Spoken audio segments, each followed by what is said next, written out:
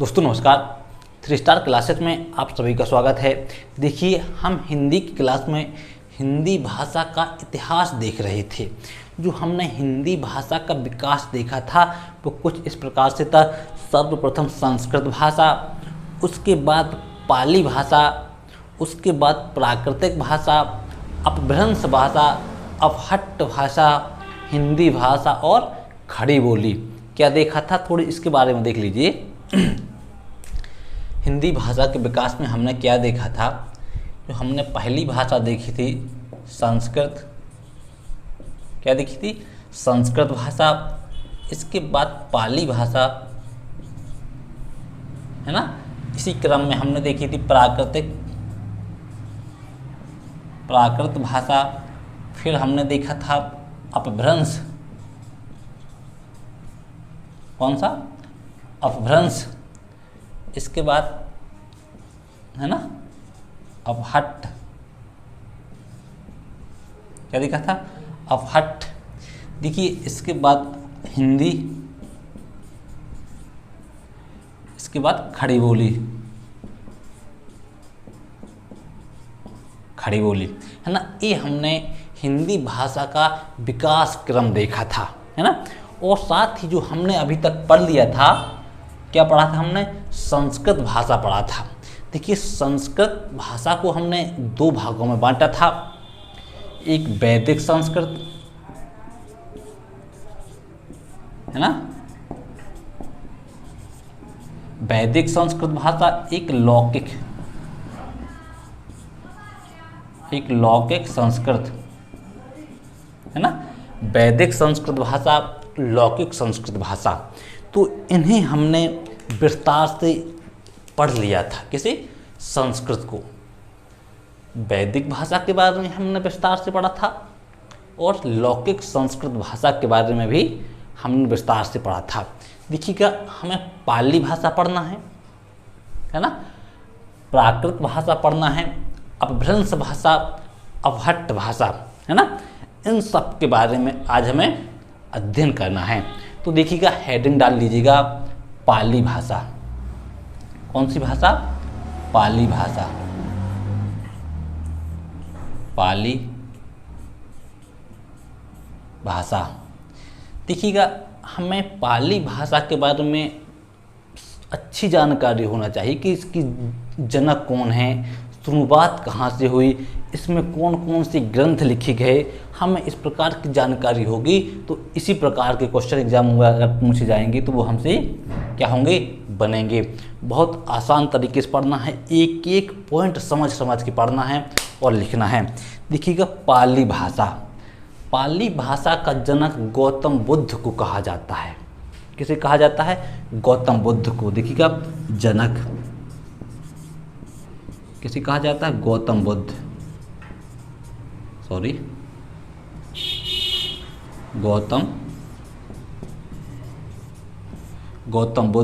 गौतम बुद्ध को पाली भाषा का जनक कहा जाता है। दोस्तों, बौद्ध धर्म के जितने भी उपदेश हैं, इन उपदेशों का लेखन भी पाली भाषा में किया गया है। क्वेश्चन बनता है कि बौद्ध धर्म के उपदेशों का लेखन किस भाषा में किया गया है, तो पाली भाषा में किया गया। देखिए, बौद्ध धर्म के उपदेशों का लेखन किसमें किया गया है, पाली भाषा में किया गया है। किस भाषा में किया गया है, बौद्ध धर्म के उपदेशों का लेखन पाली भाषा में किया गया है। दोस्तों, इस भाषा में लिखा गया प्रथम महाकाव्य बौद्ध चरित्रम है। पाली भाषा में लिखा गया प्रथम काव्य कौन सा है, बौद्ध चरित्रम। देखिएगा, इस भाषा में जो काव्य लिखा गया है,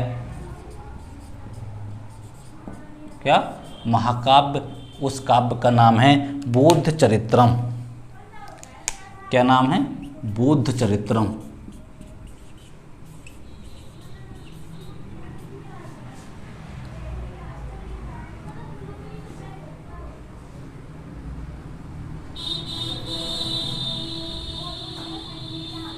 क्या नाम है? बोध चरित्रम। दोस्तों बोध चरित्रम नामक ग्रंथ की रचना किसने करी? कभी कभी ये क्वेश्चन भी पूछ लिया जाता है कि इस ग्रंथ की रचना अर्थात बोध चरित्रम ग्रंथ की रचना किसने करी, है ना? तो हमें यह भी पता होना चाहिए दोस्तों, एक बौद्ध जो महाभिक्षु हुए जिनका नाम था अश्वघोष। क्या नाम था? अश्वघोष। लिख लीजिएगा, अश्वघोष।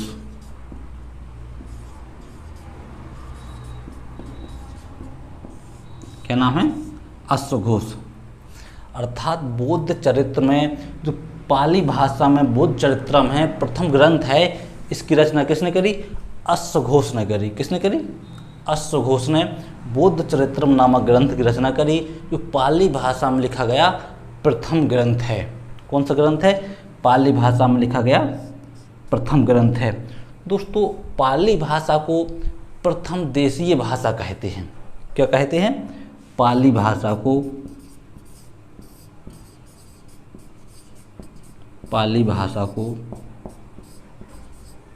प्रथम देसी भाषा कहते हैं। क्या कहते हैं? पाली भाषा को प्रथम देसी भाषा कहते हैं। पाली भाषा के बारे में एक देवर सुन लीजिएगा। पाली भाषा का जनक किसे कहा जाता है? गौतम बुद्ध को कहा जाता है। पाली भाषा में लिखा गया पहला महाकाव्य बोध चरित्रम, जिसकी रचना अश्वघोष ने करी। किसने करी? अश्वघोष ने करी। बौद्ध धर्म के सभी उपदेशों का उल्लेख पाली भाषा में किया गया है। किस भाषा में किया गया है? पाली भाषा में किया गया है। और पाली भाषा को देश की प्रथम भाषा कहा जाता है, प्रथम देसी भाषा कहा जाता है। किसे? पाली भाषा को। इम्पोर्टेंट क्वेश्चन है। पाली भाषा को देश की प्रथम भाषा कहा जाता है, क्योंकि संस्कृत भाषा की बात करें तो आर्य भारतीय नहीं थे, आर्य मध्य एशिया से आए थे, है ना? और उन्हीं के आगमन के साथ ही भारत में संस्कृत भाषा का प्रवेश हुआ था, है ना? तो जबकि जो पाली भाषा है, बौद्ध धर्म कहाँ विकसित हुआ? भारत में विकसित हुआ। अर्थात वो इसके सभी ग्रंथों को किस भाषा में लिखा गया है? पाली भाषा में लिखा गया है।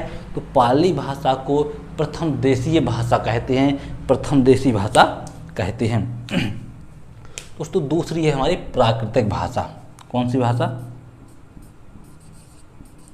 प्राकृत भाषा। दूसरी है प्राकृतिक भाषा। दोस्तों महावीर स्वामी को प्राकृतिक भाषा का जनक कहा जाता है। किसे कहा जाता है? महावीर स्वामी। महावीर स्वामी को प्राकृत भाषा का जनक कहा जाता है। प्राकृत भाषा का क्या कहा जाता है? जनक कहा जाता है। किसी? महावीर स्वामी को प्राकृतिक भाषा का जनक कहा जाता है। जैन धर्म के सभी उपदेशों का लेखन किस भाषा में किया गया है? प्राकृतिक भाषा में किया गया है। देखिए प्राकृत भाषा में किया गया है, लिख लीजिएगा। जैन धर्म के सभी उपदेशों का लेखन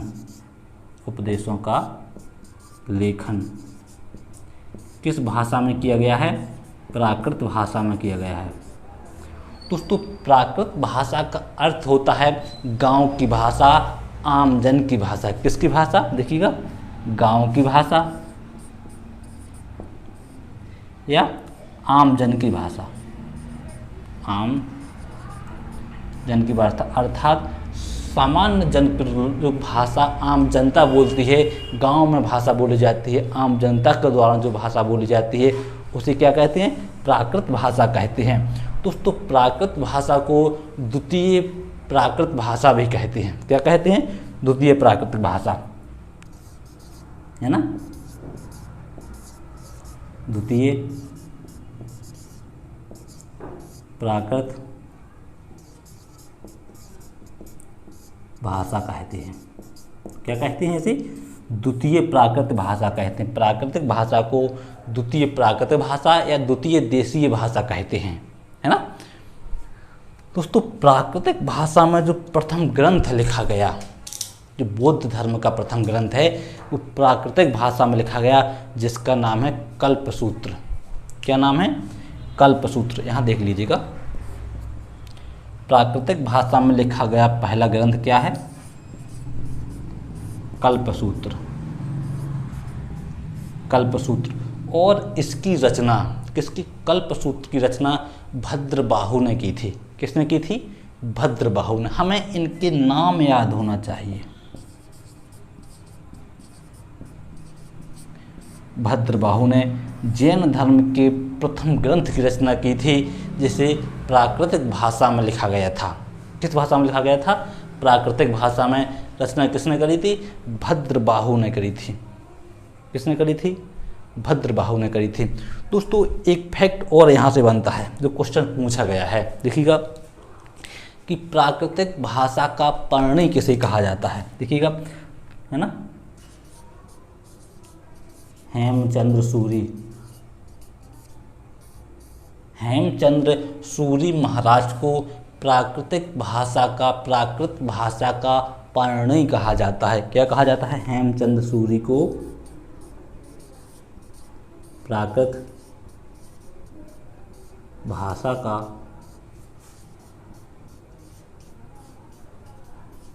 परणी कहा जाता है। किसे कहा जाता है? हेमचंद्र सूरी महाराज को प्राकृतिक भाषा का परणी कहा जाता है। महर्षि परणी का नाम तो सुना होगा। इन्हें संस्कृत व्याकरण का जनक कहा जाता है। किसी? परणी को संस्कृत व्याकरण का जनक कहा जाता है। इन्होंने एक किताब लिखी, अष्टाध्यायी। इस अष्टाध्यायी किताब में, है ना, संस्कृत व्याकरण के बारे में बताया गया है। लिख लीजिएगा, थोड़ी पढ़ने की किताब है, यहाँ लिख लीजिएगा कि किताब है परणी। कभी पूछ ली, इनकी किताब है अष्टाध्यायी। क्या है? अष्टाध्यायी। दोस्तों, अष्टाध्यायी संस्कृत व्याकरण पर आधारित है। संस्कृत व्याकरण पर, है ना। तो जो हेमचंद्र सूरी हैं, इन्होंने प्राकृतिक भाषा के बारे में बहुत कुछ बताया है, इसलिए इन्हें क्या कहा जाता है? हेमचंद्र सूरी महाराज को प्राकृतिक भाषा का परणी कहा जाता है। तो परणी ने कौन सी किताब लिखी? अष्टाध्यायी, जो संस्कृत व्याकरण से संबंधित है। हमें इन चीज़ों के बारे में भी जानकारी होनी चाहिए। देखिएगा, ये हमारी दो भाषाएं हो गई, पाली भाषा और प्राकृतिक भाषा। प्राकृतिक भाषा। अब हमें अगली भाषा जो देखना है, अपभ्रंश भाषा। ठीक है, हेडिंग डाल लीजिएगा, अपभ्रंश भाषा।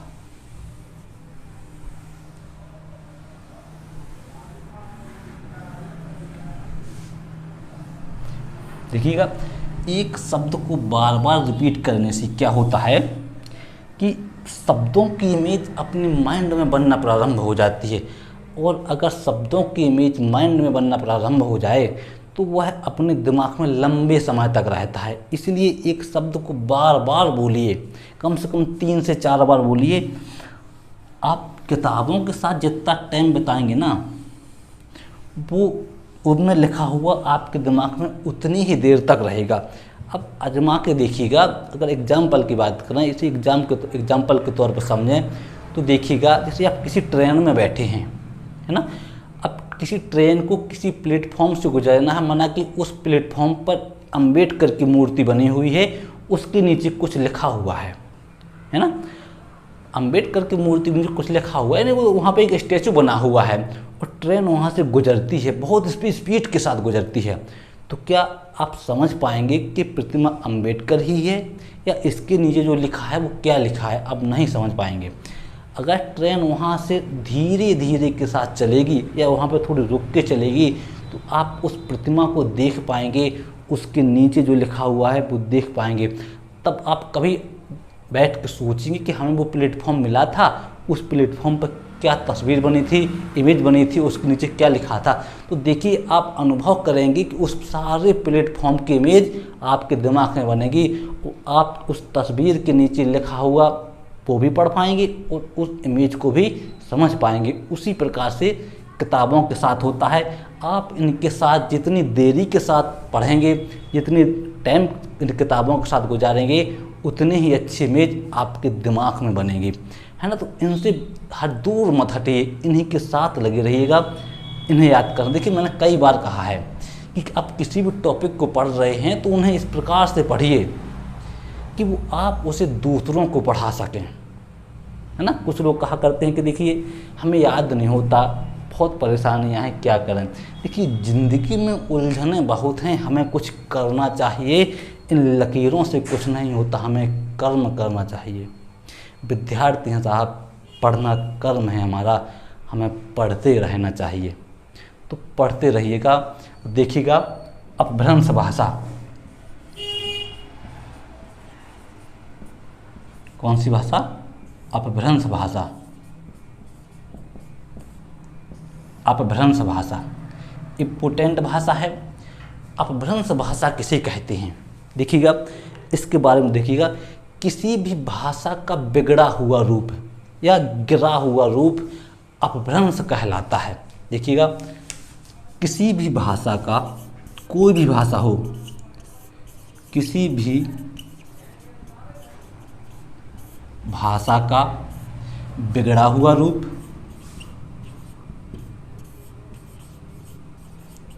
बिगड़ा हुआ रूप या गिरा हुआ रूप, गिरा हुआ रूप क्या कहलाता है? अपभ्रंश भाषा कहलाता है। अपभ्रंश भाषा कहलाता है। देखिए फिर सुनिए, किसी भी भाषा का बिगड़ा हुआ रूप या गिरा हुआ रूप अपभ्रंश भाषा कहलाता है। देखिए, और अपभ्रंश भाषा का बिगड़ा हुआ रूप या गिरा हुआ रूप संक्रमित भाषा कहलाता है। क्या कहलाता है? देखिएगा वहीं जब हम इसकी बात करें कि अपभ्रंश भाषा का बिगड़ा हुआ रूप या गिरा हुआ रूप क्या कहलाता है, देखिए अपभ्रंश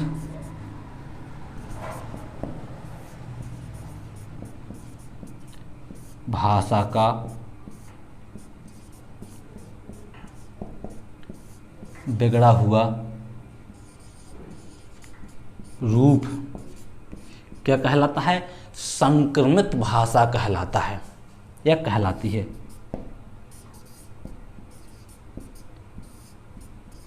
संक्रमित भाषा। देखिए किसी भी भाषा का बिगड़ा हुआ या गिरा हुआ रूप अपभ्रंश भाषा कहलाती है। वहीं जब अपभ्रंश भाषा का बिगड़ा हुआ रूप या गिरा हुआ रूप संक्रमित भाषा कहलाती है। फैक्ट पकड़िएगा, संक्रमित भाषा किसे कहते हैं, अपभ्रंश भाषा किसे कहते हैं। देखिए किसी भी भाषा का बिगड़ा हुआ रूप, है ना, अपभ्रंश भाषा कहलाता है। और जब अपभ्रंश भाषा का बिगड़ा हुआ रूप हो तो उसे संक्रमित भाषा कहते हैं। क्या कहते हैं? संक्रमित भाषा कहते हैं, है ना। क्या कहते हैं? संक्रमित भाषा कहते हैं। दोस्तों अपभ्रंश भाषा को ही तृतीयक भाषा कहते हैं। क्या कहते हैं? तृतीयक भाषा कहते हैं। किसे? अपभ्रंश भाषा को क्या कहते हैं? तृतीयक भाषा कहते हैं अपभ्रंश भाषा को। दोस्तों अपभ्रंश शब्द का उल्लेख सर्वप्रथम पतंजलि ने अपने ग्रंथ में किया। इन्होंने एक ग्रंथ लिखा महाभाष्य। इस महाभाष्य ग्रंथ में पतंजलि ने सर्वप्रथम अपभ्रंश शब्द का उल्लेख किया। क्वेश्चन बनता है कि अपभ्रंश शब्द का उल्लेख सर्वप्रथम किसने किया, किस ग्रंथ में किया गया? हमें सब कुछ पता होना चाहिए। देखिएगा अपभ्रंश शब्द का उल्लेख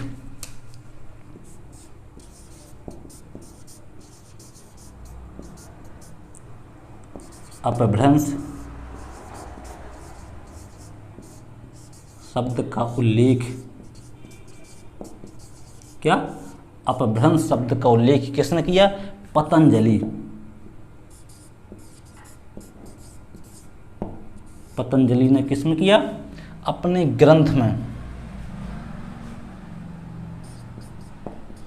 इन्होंने एक ग्रंथ लिखा जिसका नाम है महाभाष्य। क्या नाम है ग्रंथ का? महाभाष्य। इस महाभाष्य ग्रंथ में पतंजलि ने, है ना, अपभ्रंश भाषा शब्द का उल्लेख किया। अपभ्रंश शब्द का उल्लेख किया। किसने? पतंजलि महोदय ने। देखिए अगर हम इसकी बात करें कि अपभ्रंश भाषा में लिखा गया प्रथम ग्रंथ कौन सा है, ये भी पूछा गया है, हमें इसकी भी जानकारी होना चाहिए। अपभ्रंश भाषा में लिखा गया प्रथम ग्रंथ लिखिएगा, किस भाषा में? अपभ्रंश भाषा में लिखा गया प्रथम ग्रंथ कौन सा है?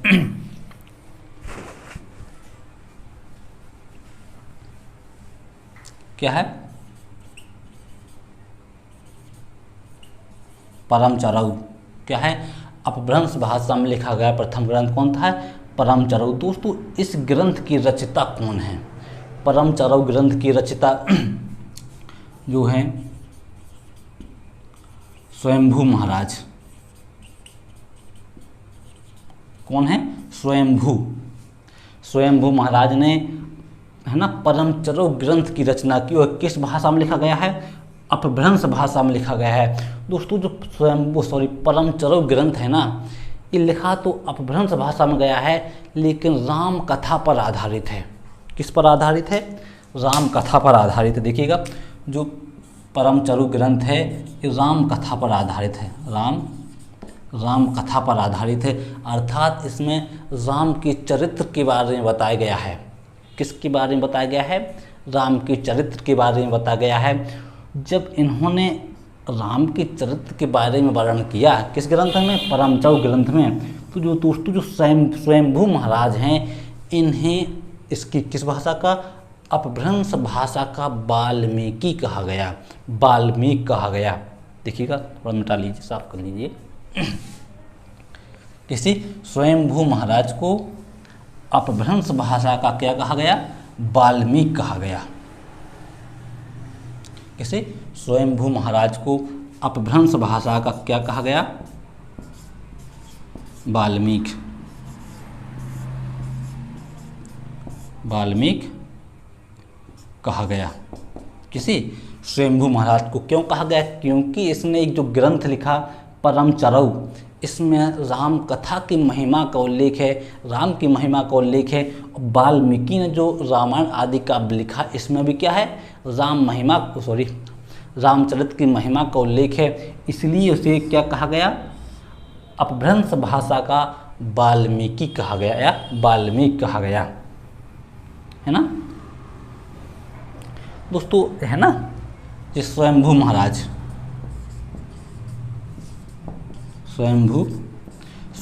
महाराज ने अपभ्रंश भाषा को देशीय भाषा कहा। क्या कहा? अपभ्रंश भाषा को क्या कहा? देसी भाषा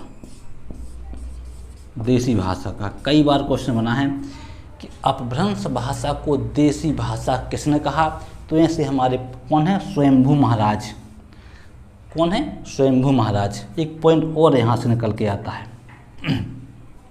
देखिए एक और पंडित हुए, पंडित किशोरी दास वाजपेयी। कौन हुए? पंडित किशोरी दास वाजपेयी। पंडित किशोरी दास वाजपेयी ने अपभ्रंश भाषा को एड़ा की भाषा बताया। किसकी भाषा बताया? एड़ा की भाषा। देखिए एड़ा की भाषा कहा। क्वेश्चन बनता, देखिए हर पॉइंट याद करने योग्य है। एड़ा की भाषा, अपभ्रंश भाषा को किसने कहा? या पंडित किशोरी दास वाजपेयी ने एड़ा की भाषा किस भाषा को कहा? तो ऐसी है हमारी अपभ्रंश भाषा। वो यहाँ किसी भी प्रकार से क्वेश्चन घुमा फिरा के पूछ ले, हमें बनना चाहिए। देखिए क्वेश्चन कैसे पूछ सकता है वो। एड़ा की भाषा, है ना, अपभ्रंश भाषा को किसने कहा? तो ऑप्शन में आएगा पंडित किशोरी दास वाजपेयी। है ना। ये अपभ्रंश भाषा को पंडित किशोरीदास वाजपेयी ने क्या कहा, ऑप्शन में राणा की भाषा, है ना। इस प्रकार के क्वेश्चन पूछ सकता है दोस्तों। तो दूसरा फैक्ट यहाँ से निकल के आता है, एक विद्वान और हुए भरत मुनि महाराज। कौन हुए? भरत मुनि।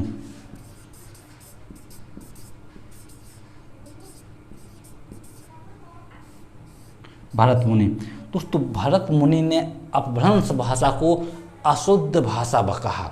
क्या कहा? कि जो अपभ्रंश भाषा है वह एक अशुद्ध भाषा है। अशुद्ध भाषा क्या बताया भरत मुनि ने? यानी अपभ्रंश भाषा को अशुद्ध भाषा बताया, है ना। दोस्तों एक विद्वान और हुए जिनका नाम है पंडित भोलाराम तिवारी। क्या नाम है? पंडित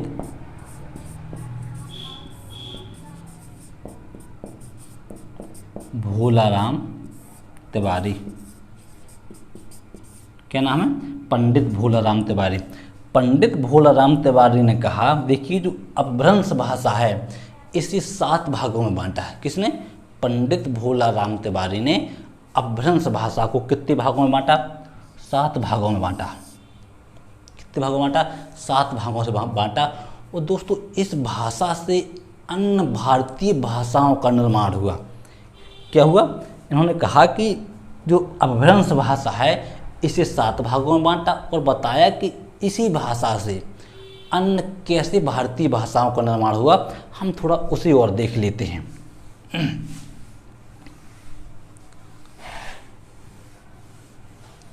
है ना। किसने? पंडित भोलाराम तिवारी ने अपभ्रंश भाषा को कितने भागों में बांटा? 7 भागों में बांटा। और अपभ्रंश भाषा से अन्य भारतीय भाषाओं का निर्माण कैसे हुआ, थोड़ा हम उन 7 भाषाओं को देख लेते, क्योंकि कोई पूछ ले अपभ्रंश भाषा इन भाषाओं में से कौन सी है, तो हमें वो सब क्या होना चाहिए? पता होना चाहिए। देखिए जैसे सौरसैनी, है ना। कौन सी भाषा? सौरसैनी। सौरसैनी भाषा से, है ना, भारतीय भाषाओं का निर्माण कैसे हुआ? देखिए कौन कौन सी जो सौरसैनी भाषा है यह एक अपभ्रंश भाषा है। देखिए इसकी जो पश्चिमी हिंदी है ना,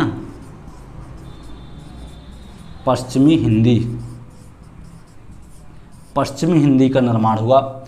जैसे गुजराती और राजस्थानी।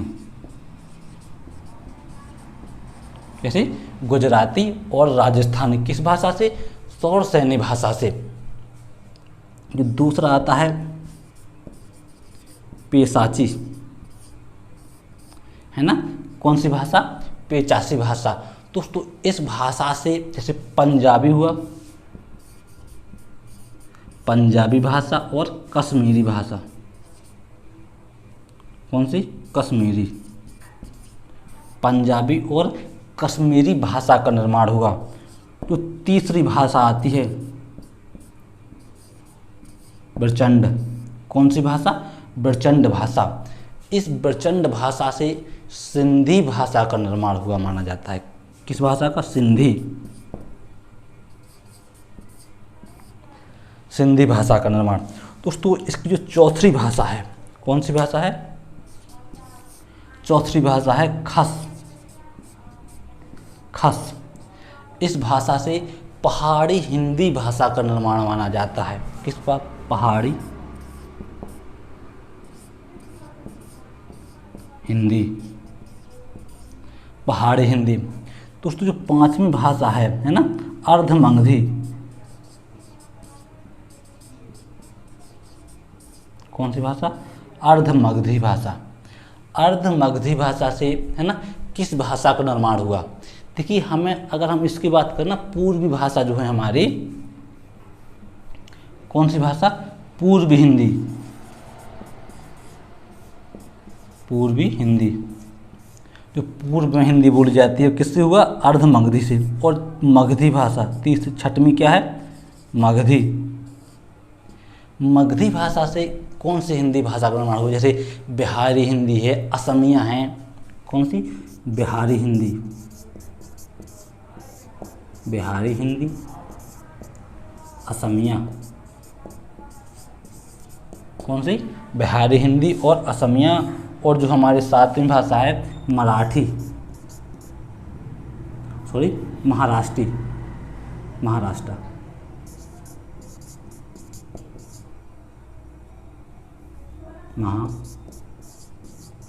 कौन सी, महाराष्ट्री। इससे किस भाषा का निर्माण हुआ, मराठी, इससे मराठी भाषा का निर्माण हुआ, किसका, मराठी, किस भाषा का निर्माण हुआ, मराठी। तो एक किसने बांटा था 7 भागों में, पंडित भोलाराम तिवारी, पंडित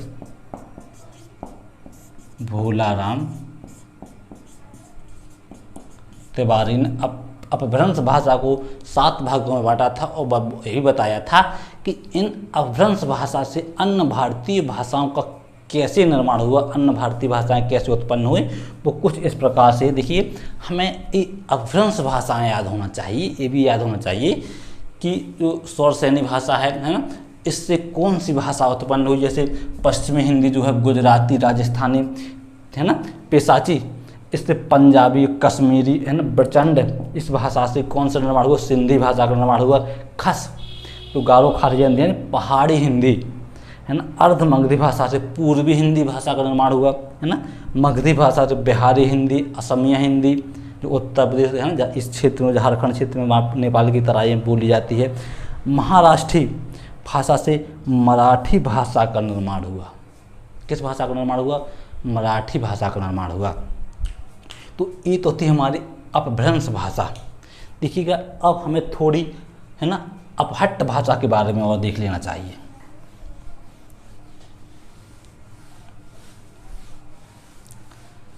हमें इन भाषाओं के बारे में देखिए थोड़ा टाइम तो लगेगा, एक एक शब्द को देखते चलना है, क्योंकि पता नहीं है कि कब कहाँ से क्वेश्चन पूछ लेगा। कोई भी ऐसी बात नहीं होनी चाहिए जो हमसे छूट जाए, है ना दोस्तों। एक हेडिंग और डाल लीजिएगा, अपहट्ट। देखिएगा क्या, अपहट्ट, अपहट्ट भाषा, कौन सी भाषा, अपहट्ट भाषा। देखिए अपहट्ट भाषा क्या होती है, अपभ्रंश भाषा का परिवर्तन रूप है। क्या है, परिवर्तित रूप है अपहट्ट भाषा। क्या है, देखिएगा अपभ्रंश भाषा का परिवर्तित रूप क्या होता है, अपहट्ट भाषा कहलाती है।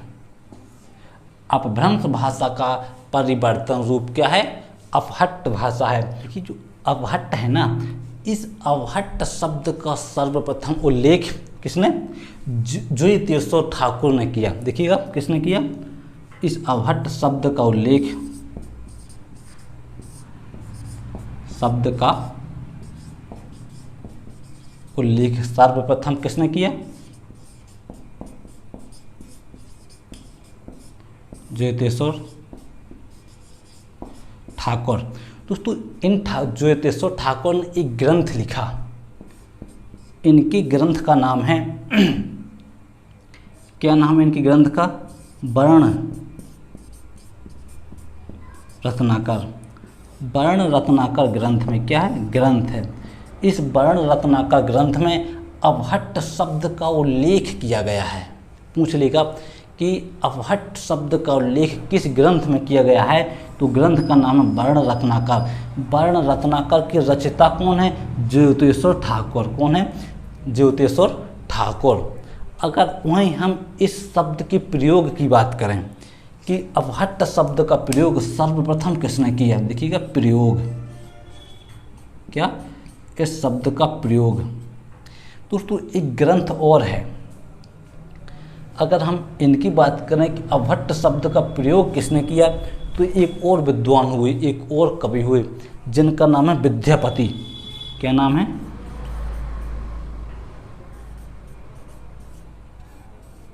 विद्यापति। दोस्तों इस विद्यापति ने अपहट्ट शब्द का सर्वप्रथम प्रयोग किया। इन्होंने ग्रंथ लिखा, इन्होंने ग्रंथ क्या लिखा, कीर्ति कीर्तिलता। क्या ग्रंथ लिखा? कीर्तिलता नामक ग्रंथ में। कौन से ग्रंथ में? कीर्तिलता नामक ग्रंथ में अपहट्ट शब्द का प्रयोग किया गया है ना। किस शब्द का प्रयोग किया गया? अपहट्ट शब्द का प्रयोग किया गया। किसमें? कीर्तिलता नामक ग्रंथ में। एक बार और थोड़ी अपहट्ट को देख लीजिएगा। भ्रंश भाषा का परिवर्तन रूप ही अपहट्ट भाषा कहलाती है। क्या कहलाती है? अपहट्ट भाषा कहलाती है। अपहट्ट भाषा का अपहट्ट शब्द का उल्लेख सर्वप्रथम ज्योतिषर ठाकुर ने अपने ग्रंथ है ना किसमें? वर्ण रत्नाकर में किया। वर्ण रत्नाकर में किया। और अपहट्ट शब्द का प्रयोग सर्वप्रथम विद्यापति ने किया। विद्यापति भी ठाकुर हैं। विद्यापति ठाकुर ने अपने ग्रंथ में लिखा। इनकी ग्रंथ का नाम है कीर्तिलता। देखिए का क्या नाम है, ढंग से लिख लीजिएगा। कीर्तिलता। क्या नाम है इनका? कीर्तिलता। इस ग्रंथ में क्या किया? अपहट्ट शब्द का प्रयोग किया।